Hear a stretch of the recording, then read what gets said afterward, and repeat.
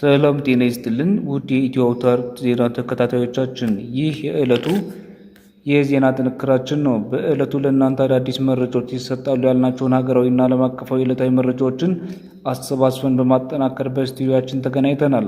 ቆይታችሁን ከኛ ጋር እንድታደርጉ የቅድሚያ አክብሮታዊ ግብዣችን እያቀረብን ወደ ዕለቱ ዝርዝር መረጃዎችን ከመሸጋገር በፊት ዋና ዋና ርዕሶችን እንጠቁማችሁ። ፊልድ ማርሻል ብርሃኑ ጁላ ጠላቶቻችን በአንድ ጉዳይ ተሳክቶላቸዋል። በአንድ የታሪክ አጋጣሚ ቢሳካላቸው ያልተሳካላቸውም ጉዳይ አለ። ለስኬታቸው አንዱ ምክንያት የውስጥ ባንዳው ነው። አሁን ላይ ጣራ ሞት ላይ ያለውን ባንዳ ጨርሳችሁ ማስወገድ ይኖርባቸዋል ሲሉ ብርቱ መልእክት አስተላልፈዋል። የፕሬዝዳንት ኢሳያስ አፈወርቅ አስተዳደር ምላሽ። ኤርትራ በጽምዶ ጉዳይ ይፋዊ ምላሽ የሰጠች ሲሆን ጉዳዩን በተመለከተ ለተባበሩት መንግስታት ድርጅት ደብዳቤ ማስገባቷ ታውቋል። እንመለከተዋለን። የሶማሌላንድ የወደብ አቋም። ሶማሌላንድ በኢትዮጵያ የባህር በር መዳረሻና የወደብ ጉዳይ ያላትን ጽኑ አቋምና የውጭ ጉዳይ ሚኒስቴር የሰጡትን አዲስ ማብራሪያም ይዘነዋል። የኦጋዴን የተፈጥሮ ጋዝ ፕሮጀክት። ከዓመታት በፊት የመጀመሪያ ጋዝ የማውጣት ሙከራው ተሳክቶ የነበረው የኦጋዴን ጋዝ ፕሮጀክት አሁንም በምን አዲስ ስምምነትና ሂደት ላይ እንደሚገኝ ዝርዝር መረጃዎችን አካተናል። የፌዴራሊስት ጦር ኃይሎች ጠቅላይ ኢታማዦር ሹም ክቡር ፊልድ ማርሻል ብርሃኑ ጁላ የኢትዮጵያ ጠላቶች በአንድ አቅጣጫ ስኬትን ቢያገኙም ሁለተኛው ግን ሊሳካ አልቻለም ሲሉ ተናግረዋል። ለጠላቶቻችን የመጀመሪያ አቅጣጫ መሳካት ዋነኛ ምክንያት የውስጥ ባንዳዎች ናቸው በማለት ጠበቅ ያለ የወቀሳ ክሳቸውን አሰምተዋል።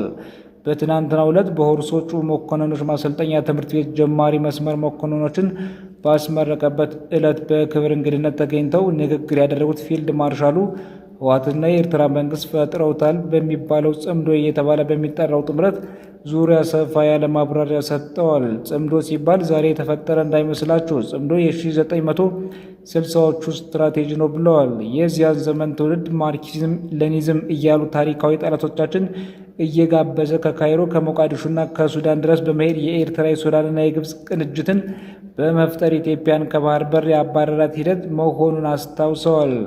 ጠላቶቻችን ኢትዮጵያን ደካማ ለማድረግ በሁለት ጉዳዮች ላይ ሰርተው ነበር ያሉት ፊልድ ማርሻሉ አንደኛው ከባህር በር ማባረር ሲሆን ሌላኛው አባይን እንዳትጠቀም ማድረግ ነበር ብለዋል።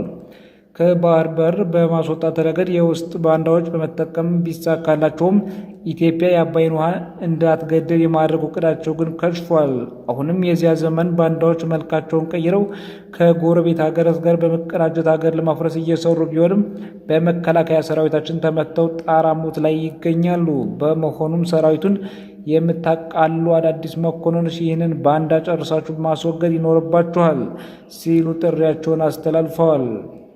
ወደ ቀጣዩ መረጃችን ስናልፍ የኤርትራ ፕሬዝዳንት ኢሳያስ አፈወርቂ አስተዳደር በጽምዶ ጉዳይ ይፋዊ ምላሽ ሰጥቷል። ኤርትራ ጽምዶን በተመለከተ ለተባበሩት መንግስታት ድርጅት ዋና ጸሐፊ ጽህፈት ቤት የደራሲ የዲፕሎማሲ ደብዳቤ ማስገባቷ ተሰምቷል። ይህ ቀጠናዊ አዲስ የፖለቲካና የወታደራዊ ፍጥጫ የጫረው አጀንዳ ከሳምንት በፊት በኢትዮጵያ መከላከያ ሰራዊት በኩል ሜጀር ጀነራል ተሾመ ገመቹ ለአምባሳደሮችና ዲፕሎማቶች በሰጡት መግለጫ ይፋ መደረጉ ይታወሳል። የፈረንሳዩ አፍሪካ ኢንቴሊጀንስ መጽሔትም ጽምዶ በህወሓትና በአስመራው መንግስት መካከል የተጀመረ የጸረ ኢትዮጵያ መንግስት ግንባር መሆኑን ዘግቦ ነበር። ይሁን እንጂ በኒውዮርክ የሚገኘው የኤርትራ ቋሚ መልእክተኛ ጽህፈት ቤት ለተባበሩት መንግስታት ድርጅት ባስገባው ደብዳቤ የቀረበበትን ወታደራዊ ክስ በቀጥታ ከመቃወም ይልቅ የተለየ መከላከያ ስልት መርጧል። ኤርትራ በደብዳቤዋ ላይ ጽምዶ የተሰኘው እንቅስቃሴ በድንበር አካባቢ በሚኖሩ የሀገር ሽማግሌዎች፣ ወጣቶችና ሴቶች የሚመራ በግጭት የተጎዱ ማህበረሰቦችን እርስ በእርስ ለማገናኘት የታለመ ሀገር በቀል የሰላም እቅድና የህዝብ ለህዝብ ትስስር ነው ስትል ገልጸዋለች። በሌላ በኩል ሶማሌላንድ በባህር በር ዙሪያ አሁንም ከኢትዮጵያ ጋር ለመተባበርና የመግባቢያ ስምምነቱን ተግባራዊ ለማድረግ ዝግጁ መሆኗን አስታውሳለች። የሶማሌ የውጭ ጉዳይ ሚኒስትር አብዱራህማን እንዳይሄድ አዳን ከዘር የሶማሌላንድ የውጭ ጉዳይ ሚኒስትር አብዱራህማን እንዳይሄድ አዳን ከዘሪፖርተር ጋዜጣ ጋር ባደረጉት ቃለ ምልልስ ኢትዮጵያ የባህር በር የማግኘት መብት አለው ብለው እንዲያምኑና በርበራ ወደብን ፍላጎቷን ለማሟላት በነፃነት መጠቀም እንደምትችል ገልጸዋል።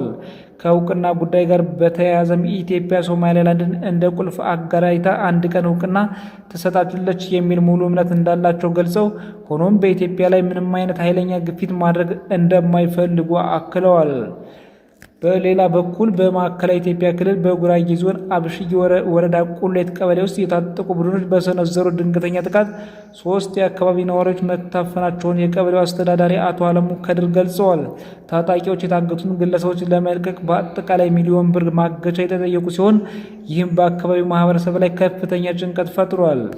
በተያያዘ የፖሊስ ዜና የውጭ ሀገር ዜጎችን አግተው የማስለቀቂያ ገንዘብ የጠየቁት ኢትዮጵያውያንና የፓኪስታን ዜጎች በቁጥጥር ስር ውለዋል። ወንጀለኞቹ 3 የስሪለንካን ዜጎችን አዲስ አበባ ኤርፖርት ላይ በሱዙኪ መኪና አሳፍረው በመውሰድ በሻሸመኔ ከተማ በአንድ ሆቴል ጀርባ በሚገኝ መኖሪያ ቤት ውስጥ ዘግተውባቸው የነበረ ሲሆን እያንዳንዳቸው $1000 እንደሚከፍሉ ጠይቀው ነበር። የአዲስ አበባ ፖሊስ ከብሔራዊ መረጃና ደህንነት አገልግሎትና ከፌዴራል ፖሊስ ጋር በመተባበር በቴክኖሎጂ ጋር ባደረገው ክትትል ወንጀለኞችን በቁጥጥር ስር ማዋል ችሏል። በመጨረሻም ስለ ኦጋዴን የተፈጥሮ ጋዝ ልማት የተሰማውን አዲስ መረጃ እንነግራችኋለን። የሪፖርተር እንግሊዝኛ እትም ከማዕድን ሚኒስቴር ጋር ያገኘውን ሚስጥራዊ ሰነድ እንደሚያሳየው መንግስት ጋዙን ለውጭ ገበያ ለማቅረብ ወደ ጅቡቲ ሊዘረጋ የነበረውና ለቻይና ኩባንያ ተሰጥቶ የነበረውን ውል በመሰረዝ አሁንም ስራው በሀገር ውስጥ ከታዋቂው ባለሀብት ዳንጎቴ ጋር እንደሚቀጥል አረጋግጧል። ዳንጎቴ ለማዳበሪያ ፋብሪካ ለ25 ዓመታት የሚሆን የተፈጥሮ ጋዝ አቅርቦት ከጆሴል ግሩፕ ጋር በቢሊዮን ዶላር የተፈራረመ ሲሆን የፋብሪካው 60% ድርሻ በዳንጎቴ 40% ደግሞ በኢትዮጵያ ኢንቨስትመንት ሆልዲንግስ እጅ መሆኑ ታውቋል። ይህ የጋዝ ማጣሪያ ፕሮጀክት እስከ 2019 ዓ.ም ድረስ ሙሉ በሙሉ ወደ ስራ እንደሚገባ በሰነዱ ሰፍሯል። የሶማሌ ክልል ፕሬዝዳንት አቶ ሙስጤፍ መሐመድ በአካባቢው ከሚገኘው ምርት 50% ትርፍ ለክልሉ እንደሚሆን መናገራቸው የሚታወስ ሲሆን ፕሮጀክቱ በአካባቢው ለሚገኙ የኬሚካል ኢንጂነሪንግ ተመራቂ ተማሪዎች ሰፊ የስራ ዕድል እንደሚፈጥር ታውቋል። ኢትዮጵያ በተፈጥሮ ጋዝ ሀብት ላይ የሄደችበት አዲስ አካሄድ እጅግ እያዋጣት ይገኛል ሲሉ ሰነዱ አስፍረዋል።